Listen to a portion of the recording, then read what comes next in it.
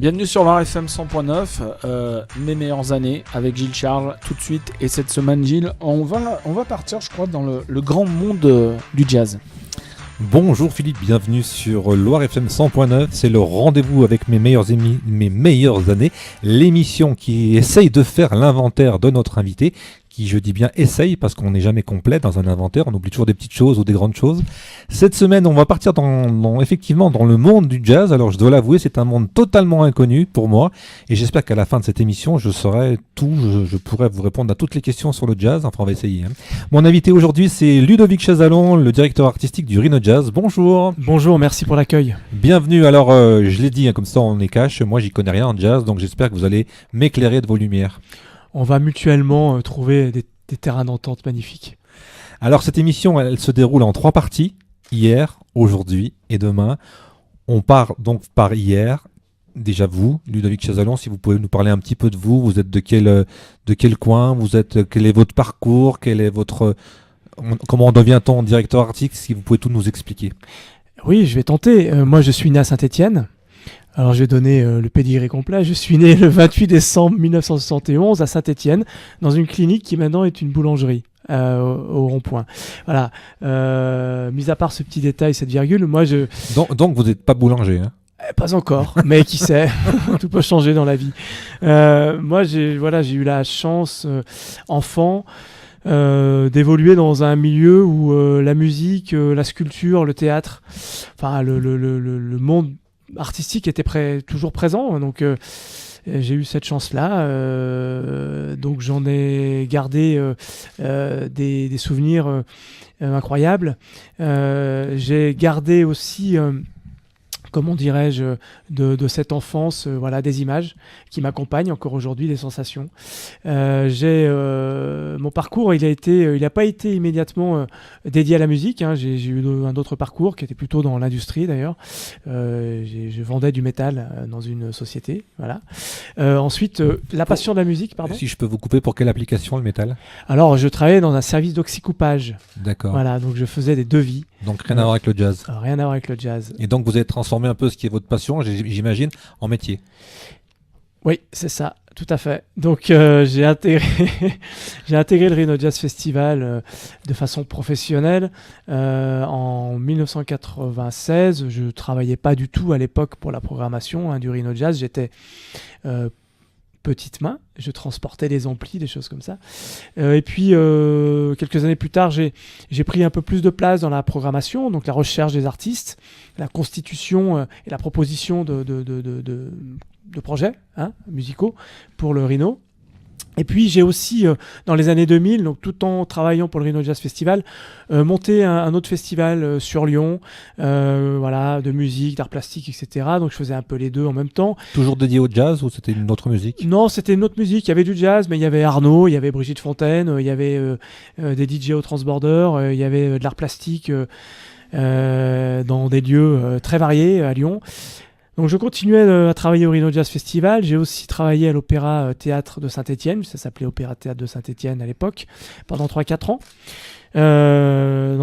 Pour un festival qui était organisé par l'Opéra Théâtre, qui s'appelait le Festival des musiques du monde. Donc j'ai toujours combiné et toujours baigné dans ce monde-là. Voilà, en tant que programmateur, en tant que personne qui était chargée de regrouper, de penser à un projet artistique pour un public. Voilà. Et votre oreille était toujours sur le côté jazz ou alors c'est venu un peu par hasard le jazz? Dans le jazz, moi je l'ai eu dans les oreilles tout petit. Ouais. Ensuite, dans le berceau? Ouais, pratiquement, ouais. On peut dire presque dans le berceau, oui. Ensuite, ça m'a quitté un petit peu, voilà. J'ai fait rentrer d'autres musiques, le rock, beaucoup de rock dans ma culture musicale. Mais le jazz était toujours présent, tout le temps. Parce que je pense que c'est une musique, dès qu'on en a la substantifique moelle dans l'oreille, on la garde tout le temps. Est-ce qu'on peut donner une définition du jazz? Ouais, c'est une musique libre. Musique libre. C'est-à-dire libre, c'est qu'on peut faire ce qu'on veut ou quelles sont les frontières de ce mot libre? On ne fait pas ce qu'on veut, c'est-à-dire qu'il y a des codes. Il y a des codes, il y a un langage. Bien sûr. Il y a un langage, il y a une attitude à avoir. Mais elle est libre parce qu'elle offre des espaces de discussion entre les musiciens peut-être un peu plus que dans d'autres musiques. Et j'écoutais, je me permets de faire une virgule, j'écoutais Bernard Lubat, qui est un pianiste de jazz, chanteur, batteur. Je l'écoutais sur France Inter hier, et j'ai trouvé ça prodigieux. Lubat est venu au Rhino Jazz Festival quelques fois, et je l'ai entendu parler de cette liberté que l'on a dans le jazz, dans les musiques de jazz. Il en parlait merveilleusement bien. Eh bien, c'est ça la définition du jazz, je crois. Alors moi j'ai noté que le festival de Rhino Jazz était né en 1979. Alors est-ce que vous pouvez nous expliquer un peu cette genèse, cette création, d'où c'est venu? Je pense que c'est votre père qui était passionné de jazz. Si vous pouvez nous éclairer et puis éclairer également nos auditeurs de Loire FM. Oui, c'est effectivement Jean-Paul Chazalon qui a créé ce festival avec un ami à lui, musicien, qui s'appelait Maurice Merle. J'emploie le passé parce que Maurice Merle est décédé il y a de cela plus de 10 ans, je crois. Je suis désolé si le temps, je fais quelques erreurs sur la durée, mais ils ont créé ce festival ensemble. Et à l'époque, c'était totalement inédit, un festival de jazz dans une vallée du Gier, à Rive-de-Gier.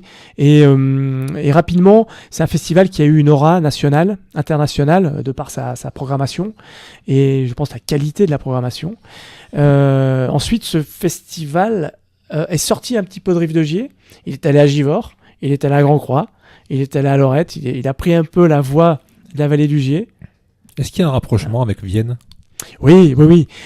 On a un rapprochement. Alors, le rapprochement, il se fait par déjà une amitié réelle qui existe entre les équipes. Et puis les compétences aussi, je pense. Oui, les compétences, je pense qu'on les mutualise. Mais voilà, l'histoire, c'est une amitié déjà entre les deux créateurs, Jean-Paul Boutelier à Vienne, Jean-Paul Chazalon pour le Rhino Jazz Festival, qui avant s'appelait Festival International de Jazz de Rive-de-Gier. Justement, pourquoi Rhino? Il y a un jeu de mots, il y a un clin d'œil dans le symbole, je crois, c'est des rhinocéros. Hein. Ouais. Alors, le rhino est apparu en 1991 comme visuel. Ouais. La raison est la suivante, elle est assez simple. Jean-Paul Chazalon a un ami qui s'appelle Jacques Barry. Jacques Barry est peintre. Et Jean-Paul un jour est rentré dans l'atelier de Jacques et il a vu sur une toile un rhino noir sur fond bleu. Il a été totalement happé par cette toile et il l'a acheté à Jacques et il a demandé à Jacques Barry si Jacques était d'accord pour que cet animal soit l'emblème, le symbole du festival. Donc on l'a intégré dès 1991 et on l'a comment dirais-je, recolorisé, on l'a retraité graphiquement. Ça n'a rien à voir avec le jazz. Alors c'est deux choses complètement séparées qui se sont réunies. Pour faire un peu d'humour, j'allais vous dire, c'est pas un rhinocéros qui a inventé le jazz, quoi. Peut-être que si, je sais pas. Moi, il y a peut-être un rhino au fin fond de la savane qui est le détenteur. Qui s'est mis au jazz. Qui est le détenteur de cette création-là qu'on appelle le jazz. Moi, j'aimerais bien ça. Donc, pour revenir à la genèse, ça démarre en 1979.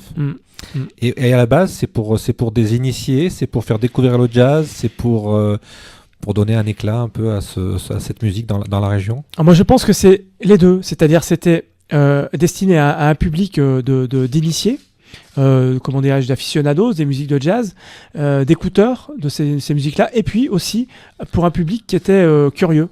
Et donc, il y a une association entre ces deux publics, ce qui a finalement enrichi le festival, voilà, dans son obédience auprès du public. Moi, quand on me parle de jazz, j'ai ce cliché peut-être, cette image de musiciens noirs des années 50, un peu de l'Amérique. Est-ce que c'est totalement un cliché ou alors le jazz est mondial? Est-ce qu'il y a plusieurs jazz? Est-ce qu'il y a des jazz différents suivant les régions, suivant les pays, suivant les continents?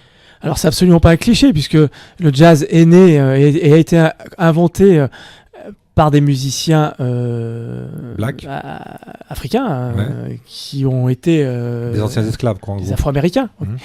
Ensuite, comment dirais-je, les Blancs s'en sont emparés tout en la jouant avec ces musiciens noirs afro-américains. Quand vous dites qu'ils s'en sont emparés, est-ce qu'ils l'ont modifié ou ils l'ont adapté à sans être péjoratif, mais aux Blancs, ou alors ils ont gardé l'esprit, ils ont gardé les mêmes choses de la base? Je pense que... Est-ce que c'est une musique en gros qui a évolué suivant les personnes qui l'ont jouée? C'est exactement ça. C'est une musique qui est en perpétuelle évolution, en perpétuelle réinvention. Ouais. Et à l'époque... Qui renaît à chaque fois? Oui, renaissance. Il y a une renaissance. moi, je la décris comme, je pense, et je peux faire erreur, mais je pense que sincèrement et fortement que c'est une des musiques qui se réinvente le plus et tout le temps.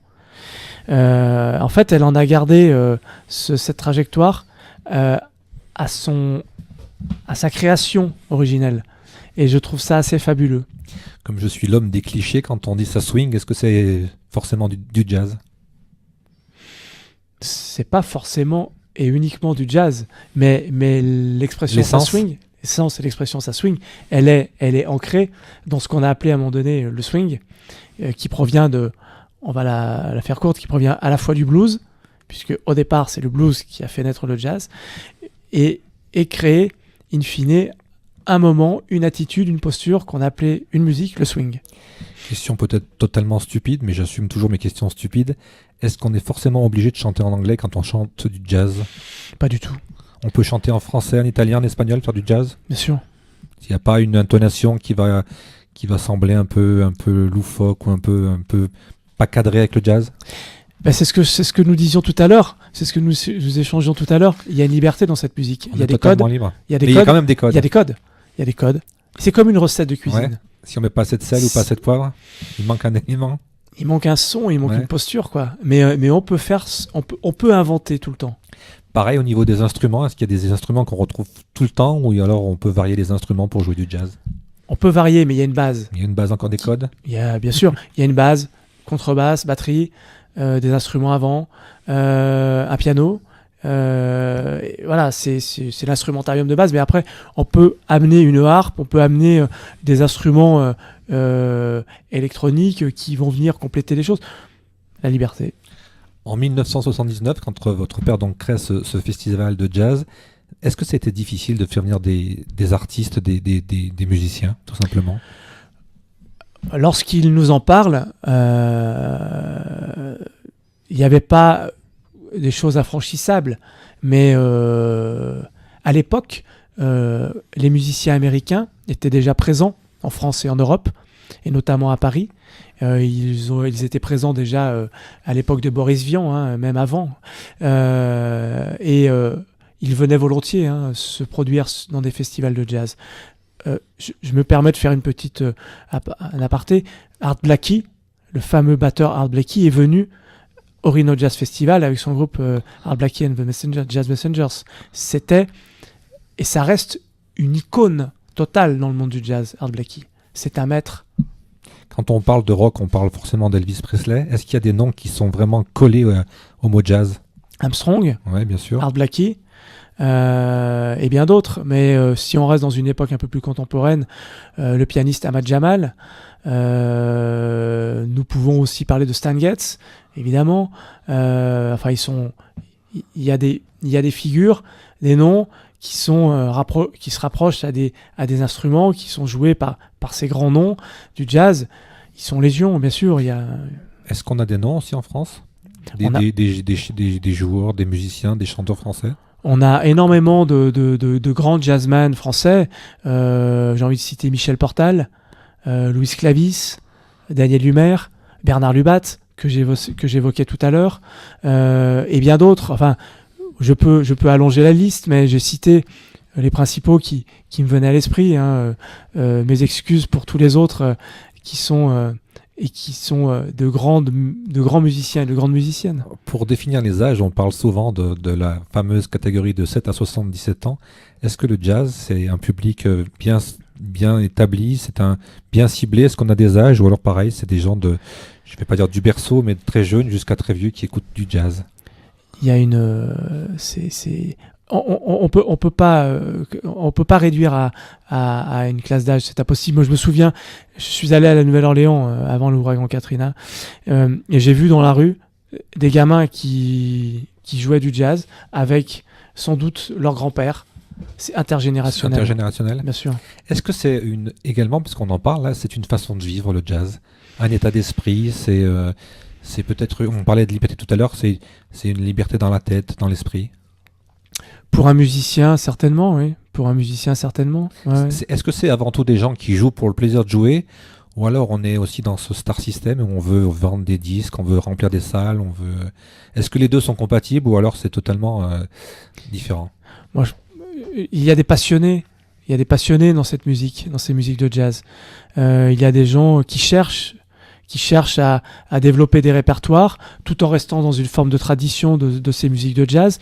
Et puis, il y a...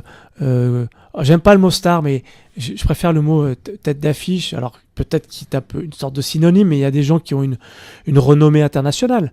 Donc, voilà... ça fait partie du jeu, ça. Alors on parle de jazz, mais le mieux finalement c'est de l'écouter. On a 3 chansons dans cette émission. La première, vous avez choisi Traveler et Yoon Sun-na, je ne sais pas si je le dis bien. Est-ce que vous pouvez nous le redire sans erreur et nous expliquer un peu ce que c'est et à qui ça s'adresse? Oui, c'est la sublime chanteuse Yoon Sun-na, chanteuse coréenne, qui a une carrière internationale retentissante. Le titre qu'on va écouter, c'est Traveler. À noter que Yoon Sun-na, nous l'avions accueillie en 2003 au sein du Rhino Jazz Festival. Elle était absolument inconnue. Pratiquement pas connue, elle avait donné un concert magnifique dans la petite église de Pavzin. Et justement, quand on est directeur artistique, comment on fait pour faire venir une coréenne qui est très peu connue? À l'époque, comment dirais-je, à l'époque de son concert, et la philosophie, l'ADN du Rhino Jazz Festival, c'est la découverte. Ouais. Faire découvrir des artistes qui sont en train, selon nous, d'écrire des musiques superbes, à faire découvrir absolument à un public. Ça avait été le cas pour Yoon Sun-na. Yoon, elle a un talent incroyable. En une quinzaine d'années, elle est devenue l'une des chanteuses de jazz vocal les plus connues et les plus demandées au monde. Dernière question avant notre pause musicale, est-ce qu'il y a une heure dans la journée pour écouter du jazz? Non, il n'y a pas d'heure. C'était une colle. Parce que quand on passe cette émission le samedi à midi, je voulais savoir si les gens ils vont être sensibles en train de manger ou en train de boire l'apéritif et s'ils vont avoir la même écoute pour la rediffusion le jeudi à 18h. Moi, je pense que oui, ils vont être surpris, agréablement, j'espère. Allez, on part en musique avec Yoon Sun-na, j'espère que je l'ai bien prononcé. Parfait.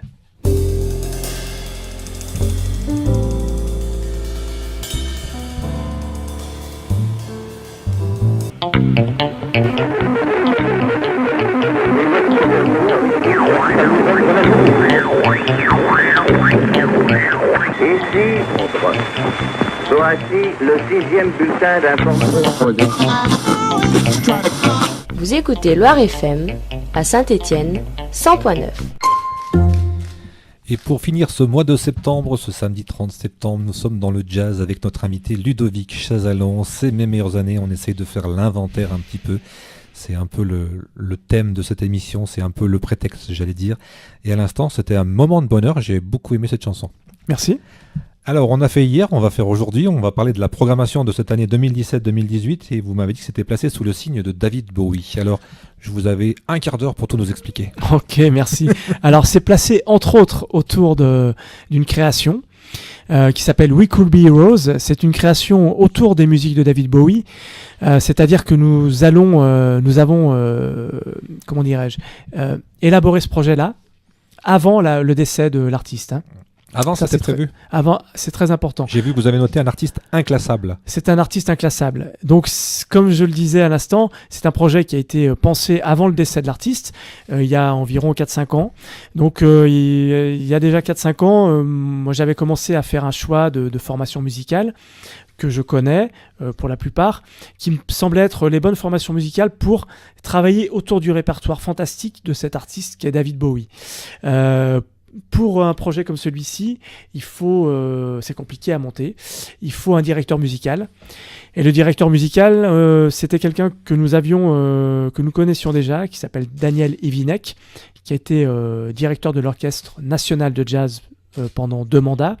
Il est producteur, arrangeur et connaisseur des musiques de David Bowie. Donc j'ai proposé ce projet-là à Daniel Ivinek en tant que directeur musical. Il a accepté avec beaucoup de plaisir.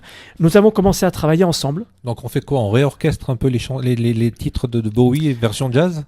On travaille avec des groupes, des formations qui sont dans le milieu jazz et on leur propose un nombre de morceaux que nous avons isolés avec David. Il y a des morceaux qui s'y prêtent plus que d'autres? Pas forcément. Ou alors c'est vraiment le défi de transposer ces chansons-là? On est plutôt dans la deuxième version, le défi de réécrire une musique autour d'une musique déjà existante. Donc on a ce projet-là se déroulera sur 2 années, 2017 et 2018, parce que j'ai trouvé que c'était beaucoup plus fort de proposer ce projet-là sur 2 festivals. Dès 2017, nous aurons 53 événements qui seront dédiés à cette création We Could Be Heroes, avec des musiciens professionnels et des musiciens amateurs. Parce que j'ai pensé que c'était très intéressant d'intégrer des musiciens amateurs dans ce projet de création. Donc il y aura des élèves de conservatoire de musique, des fanfares, des chorales, qui pratiquent la musique en amateur. Et j'aurais proposé de travailler sur 2 ou 3 morceaux de Bowie pour chaque... Donc des fanfares qui jouent du jazz et du Bowie. Ouais, c'est un super défi, ça. Ouais, c'est un défi assez drôle Ouais. et marrant, mais en même temps, il y a beaucoup d'exigences dans le projet. Donc, 3 conservatoires seront réunis autour de ces créations-là. Le conservatoire de Saint-Chamond, Saint-Étienne et Givors. Il y aura plusieurs chorales et une fanfare qui s'appelle la fanfare d'Ochara à Saint-Chamond. Et ce que j'ai souhaité aussi, c'est créer et développer un autre projet autour de l'univers musical de Bowie, c'est l'image, parce que Bowie était un créateur hors norme qui a travaillé son image, qui a travaillé avec beaucoup d'artistes d'art contemporain, qui a été également acteur. Donc différents médiums artistiques qu'il travaillait vraiment de manière très ardente.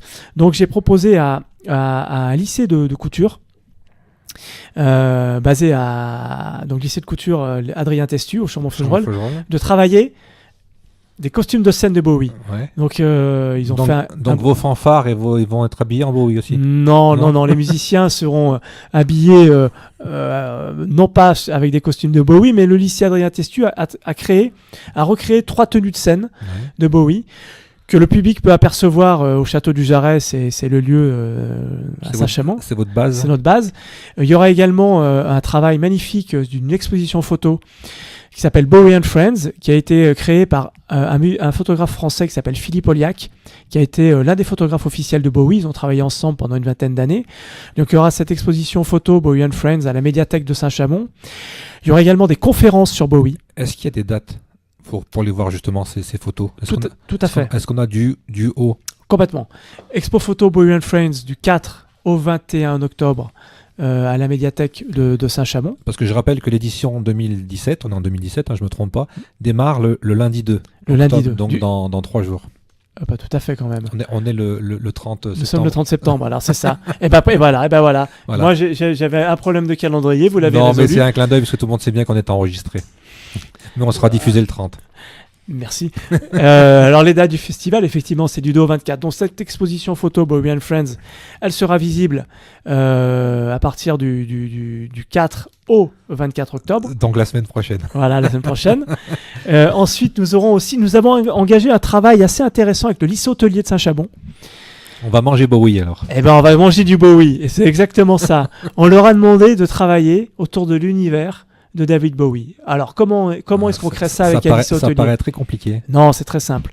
On leur a proposé une sélection de textes de Bowie, une sélection d'images de Bowie, c'est-à-dire l'image de Bowie, c'est des photos, c'est des tenues de scène, etc. Et on leur a dit travailler un repas. Un repas excentrique? Un repas excentrique qu'on appelle le Bowie's Dinner.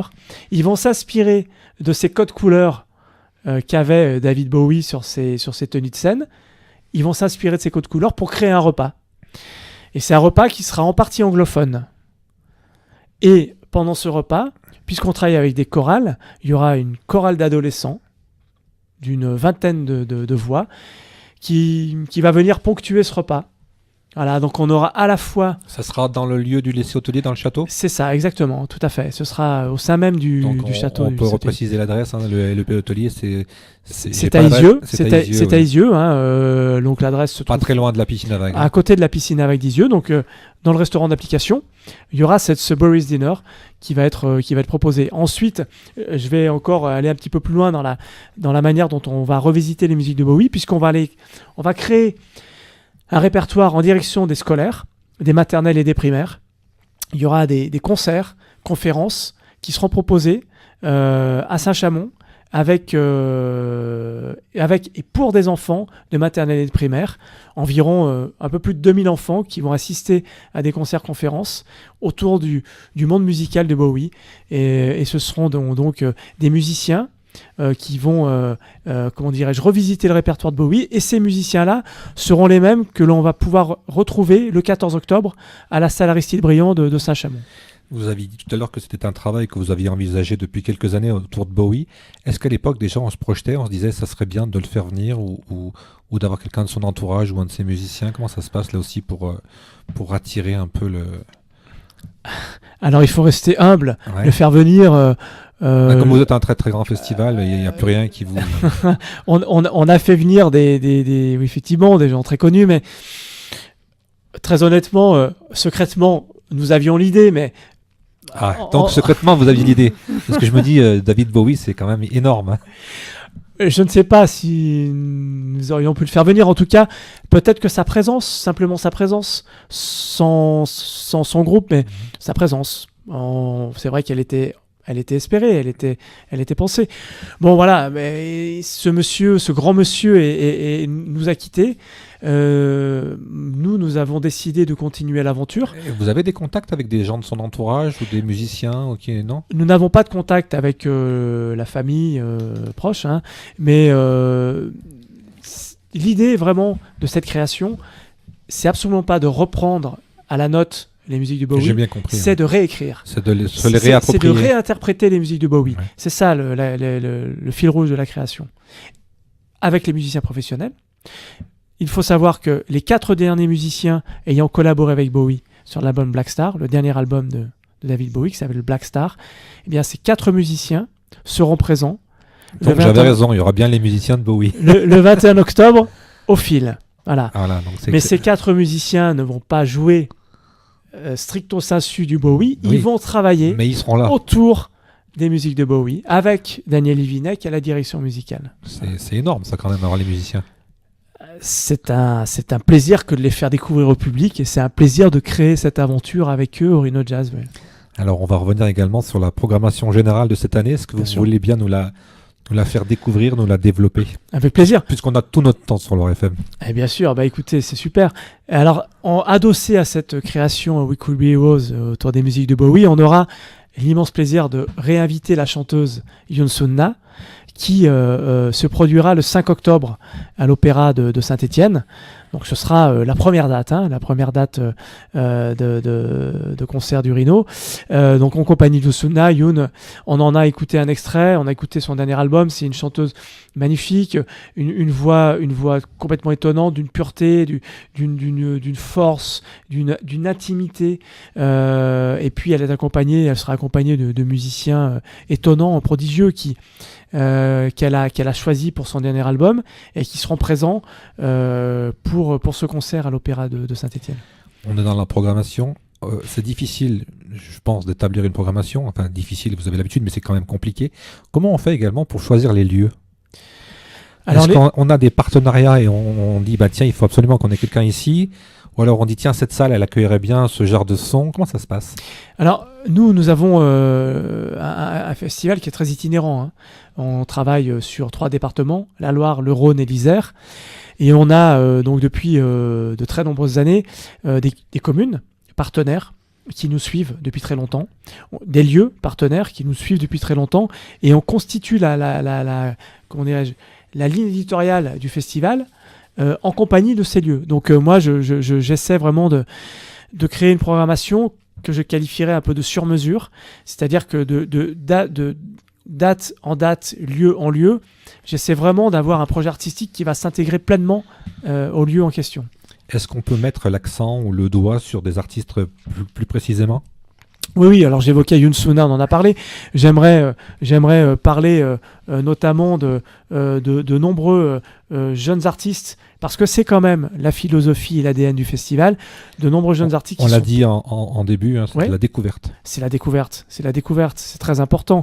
Alors, on aura Zachary Trio qui sera à Saint-Just-à-Rambert, il y aura le groupe de Pipon Garcia qui sera au Théâtre de Givors, on aura un super groupe de jeunes musiciens qui vivent et qui créent ici en région Rhône-Alpes, Super Gambo, qui seront au Château du Rosier à Feurs. On aura Alex Mamedia, dont on va, je crois, écouter un extrait. Alors, pour se séparer à la fin, on aura effectivement Alex Mamedia. Ouais, qui est une voix magnifique, qui sera en duo au PAX à Saint-Étienne. On aura le groupe d'Akabraka, dont on va écouter un extrait également. Dans quelques secondes. Voilà, un groupe ukrainien. Gigi Thames, chanteuse de blues, qui se produira à l'Opsis à Roche-la-Molière. On aura Renaud Garcia-Fonce, magnifique et prodigieux contrebassiste, qui sera en trio, au Théâtre de Vienne.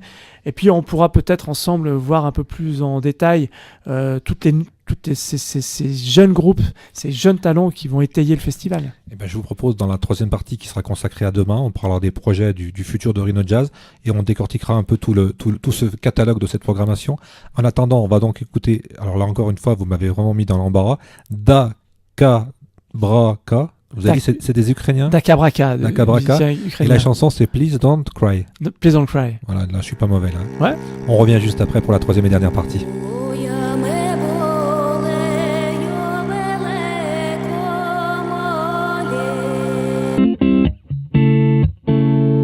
Salut, c'est Jeff sur Loire FM, Jazz et compagnie, c'est du jazz mais pas que, Jazz et compagnie, 2 heures de détente musicale dans votre radio, le vendredi à 10h et le dimanche à 18h, Jazz et compagnie, c'est sur Loire FM. Il est fort Philippe, il nous place une petite bande-annonce qui a rapport avec le jazz.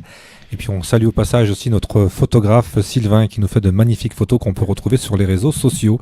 On poursuit dans cette émission consacrée au jazz. On était en train de parler avec Ludovic et on parlait de la venue à une époque de Paolo Conte.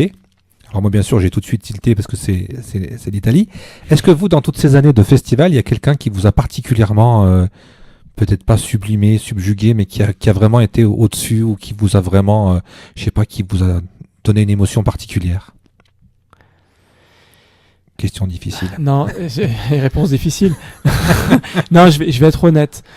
C'est compliqué d'apporter une réponse précise. J'ai envie de parler de quelqu'un qui s'appelle Philip Glass, qui est un pianiste américain remarquable, magnifique, qui a inventé une musique sublime que l'on peut rapprocher de la musique répétitive un peu. Et c'est un musicien qui est encore en vie, bien sûr, qui a fait beaucoup de musique de film et beaucoup de musique sur scène, évidemment. Alors, si j'ai à choisir ce monsieur, Phil Glass, et bien d'autres que je peux pas donner parce qu'ils sont nombreux. Très bien, ça me va très bien comme réponse.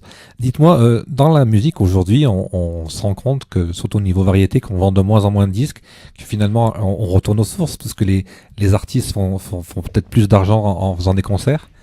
Est-ce que pour le jazz, il y a des barrières? Je sais pas, moi je vais prendre l'image de la France. On entend très rarement des chanteurs italiens, on entend très très peu des chansons espagnoles. Est-ce qu'il y a des zones dans le monde où on écoute du jazz, ou alors est-ce que le jazz finalement il est ouvert au monde entier, au niveau commercial je parle, de ce qui est vente de disques? Je vais être sincère, le métier du disque, c'est pas un métier que je connais bien, donc je veux pas donner d'informations qui seraient erronées et hors sujet. Par intuition, je pense qu'aux États-Unis, il y a un volume de vente de disques qui me semblerait être assez important. Mais je pense qu'en Europe, on a quand même un réseau de distribution, que ce soit le réseau Fnac ou d'autres réseaux, ou même des disquaires spécialisés, parce que c'est important, n'oublions pas les disquaires spécialisés. On dit aussi que, je fais une parenthèse, on dit aussi que le vinyle revient. Est-ce que c'est le cas dans le jazz? En force, il y a énormément de musiciens de jazz et musiciennes de jazz qui sortent des vinyles. Énormément. Comme quoi, la vie, c'est une boucle, on revient toujours aux origines. Moi, je suis tout à fait d'accord avec ce schéma-là, ouais. Une autre question technique, l'équipe de Rhino Jazz, c'est combien de personnes et c'est à plein temps, c'est sur 12 mois, c'est juste pendant le festival? C'est une équipe qui est constituée de 2 à 3 personnes à plein temps. Ensuite, viennent se greffer sous des contrats, sous d'autres formes de contrats, en mission, plusieurs personnes, et au cœur même du festival, avec les bénévoles, parce que j'aimerais aussi qu'on parle des bénévoles, c'est très important. Ils sont hyper essentiels dans toute activité et au Rhino. Ça donne, avec les techniciens, presque une trentaine de personnes qui sont là pour œuvrer pour la bonne marche du festival. Pour être complet, on a aussi dit avant de démarrer cette émission de parler du jeune public, de faire un point sur le jeune public. Donc je vous laisse la parole. Merci. De rien, c'est gratuit. C'est gratuit. C'est très important le jeune public pour nous au Rhino Jazz Festival. Ça fait plus d'une vingtaine d'années que l'on propose des ateliers, des concerts à destination des maternelles et des primaires. C'est-à-dire que on propose que ces jeunes enfants rentrent en contact avec des musiques de jazz, mais pas uniquement, mais enfin quand même la plupart du temps des musiques de jazz, et ça se fait par de véritables rencontres. C'est-à-dire que nous allons directement dans les classes avec des musiciens ou des musiciennes. Ils font, comment dirais-je, ils travaillent sous forme d'ateliers. Donc il y a vraiment un lien direct avec les enfants. Ces enfants, pour certains, découvrent ce que représente un saxophone, ou une trompette, ou une contrebasse, ou une guitare. Il faut de la logistique alors pour traîner tous ces instruments dans les écoles? Oui, mais on le fait de manière assez simple, on est organisé, donc voilà, ils viennent vraiment faire entendre leur répertoire. Et ensuite, nous invitons ces élèves de maternelle et de primaire à assister à des concerts qui sont donnés par ces musiciens-là. Et la plupart du temps, la quasi-totalité des concerts, ce sont des créations. C'est-à-dire que nous achetons rarement des spectacles montés, tout prêt, tout préparé. On les crée de toutes pièces avec les artistes. C'est ça aussi l'imaginaire. C'est une belle aventure. On va pas mettre le point sur tous les artistes et toutes les dates de cette programmation, mais est-ce que vous pouvez revenir sur quelques dates et sur quelques artistes que vous voulez mettre en avant? J'en ai évoqué certains. J'aimerais parler de Élodie Pasquier, clarinettiste formidable, qui donnera un solo à Saint-Paul-en-Cornillon. J'ai envie de parler du groupe Martha Rain and the Grovelets, qui donnera un concert à Union au Quarto. Une magnifique chanteuse, une orchestration terrible. Le Quarto, c'est à Union. C'est à Union, oui, tout à fait. Alors Martha Rain, c'est très groove, hein, c'est vraiment c'est du feu ce concert-là. J'aimerais aussi parler d'une collaboration que l'on a avec le festival Un Doigt de Jazz qui est à Lyon, et on aura deux soirées avec eux. On aura une soirée au Transborder qui sera plutôt une soirée autour du scratch, du rap, et puis une deuxième soirée avec le formidable musicien trompettiste Ambroise Akumoussir qui se produira à Villeurbanne au Théâtre de l'Astrée. Et puis moi je trouve que ce qui est intéressant, et je le dis souvent pour le public, allez sur le site internet du Rhino Jazz Festival, rhinojazz.com. Ça tombe bien, j'y suis dessus. Et ben voilà.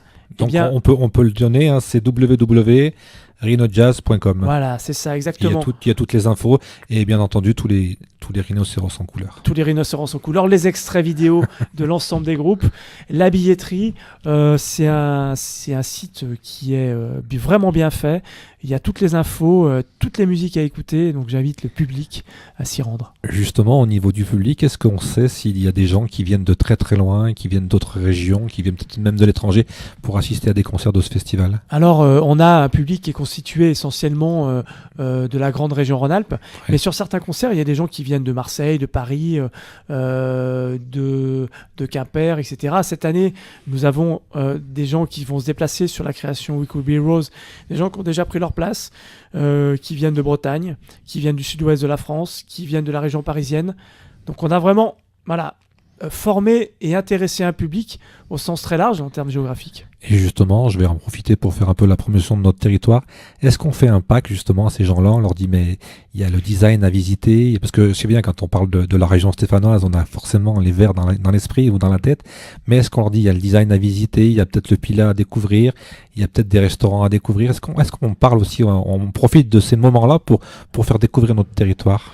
Si la question est celle qui est posée au Rhino Jazz Festival, c'est-à-dire est-ce qu'on donne un peu une caisse de résonance de notre territoire, on le fait évidemment. On le fait parce que d'abord, ce festival, il est né dans le département de la Loire. Il a été apprécié, aimé par un public qui est quand même celui de notre département, qui est aussi largement venu d'ailleurs, mais il faut jamais oublier d'où on vient. Voilà. On est dans la dernière partie de cette émission qui s'appelle Avenir. Est-ce qu'on a déjà des projections sur l'avenir, sur le festival, ce qu'il pourrait devenir ou ce qu'on a envie de faire dans le futur? Écoutez, la création We Could Be Heroes autour des musiques de David Bowie se prolongera sur 2018. Donc on a déjà cette magnifique création qui se déroulera en 2018. Et puis l'année prochaine, c'est les 40 ans du festival. Moi, j'avais presque envie de vous dire, est-ce qu'on va marquer en rouge ou en or le 42e festival pour 42 Loire? Il y a peut-être un truc à trouver. Puisque vous disiez que vous savez déjà des années que vous travaillez sur le thème de Bowie, est-ce qu'on travaille déjà sur les années qui viennent? On a toujours envie d'aller plus loin et d'essayer d'imaginer sur les années futures. On le fait de manière évidente, mais on procède par ordre aussi. Donc on va passer cette 39e édition. On a déjà plein de projections et un boulot fantastique est réalisé sur la 40e. La 40e, ce sera quand même un anniversaire important, une étape. Non, mais je l'ai un peu zappé, mais je reconnais que 40, c'est énorme quand même. Donc il faut vraiment le marquer, quoi. Il faut le marquer. C'est presque mon âge. Voilà, alors moi je l'ai dépassé un peu, mais bon, 40 ans, on fait partie quand même des plus anciens festivals de jazz et des festivals tout court sur le département de la Loire et en région Rhône-Alpes. Dernière question technique, est-ce qu'on sait le nombre de festivals jazz en France? Je vais être honnête, je ne l'ai pas, mais je ne l'ai pas précisément, mais on est à plusieurs centaines. C'est-à-dire qu'entre les grands événements et les événements qui sont très importants, de taille un peu plus intermédiaire. Donc l'avenir du Rhino Jazz, c'est quoi? L'avenir du Rhino Jazz Festival, c'est continuer à imaginer des projets assez fous sur un territoire qui est le nôtre et essayer de développer peut-être de nouveaux territoires. Voilà. Et pour être complet, moi je ne vous connaissais pas du tout, Ludovic Chazalon. Je vous ai découvert, j'ai trouvé cette émission passionnante. J'espère que les auditeurs auront été aussi captivés et auront appris des choses, auront envie d'aller à ce festival de Rhino Jazz qui démarre donc, on le redit, le 2 octobre, qui se déroule jusqu'au 24. Donc voilà, il y a 3 semaines à peu près. Voilà, plus une petite prolongation au mois de novembre avec un partenaire qui s'appelle Jazzra qui créera un forum jazz sur Saint-Étienne. Voilà. Et l'avenir de Ludovic, alors c'est quoi? C'est toujours directeur artistique sur les années qui viennent? Ou il y a aussi d'autres projets, d'autres ambitions, d'autres envies? Moi, je suis quelqu'un de gourmand, mais je continuerai la direction, si on le veut bien, sur ce festival. Et puis, peut-être que d'autres projets se mettront en place, je ne sais pas. Un dernier mot pour conclure? Eh bien, un grand merci à toute l'équipe de m'avoir accueilli, l'équipe de Loire FM. Merci beaucoup, parce que je ne connaissais pas le studio. Et un message au public. Sans le public, on n'est rien, donc venez nombreux au Rhino. On termine avec votre dernier choix musical. Donc, on l'a dit, c'est Alex Massardier, si je l'ai bien écrit. Alex Mamedia.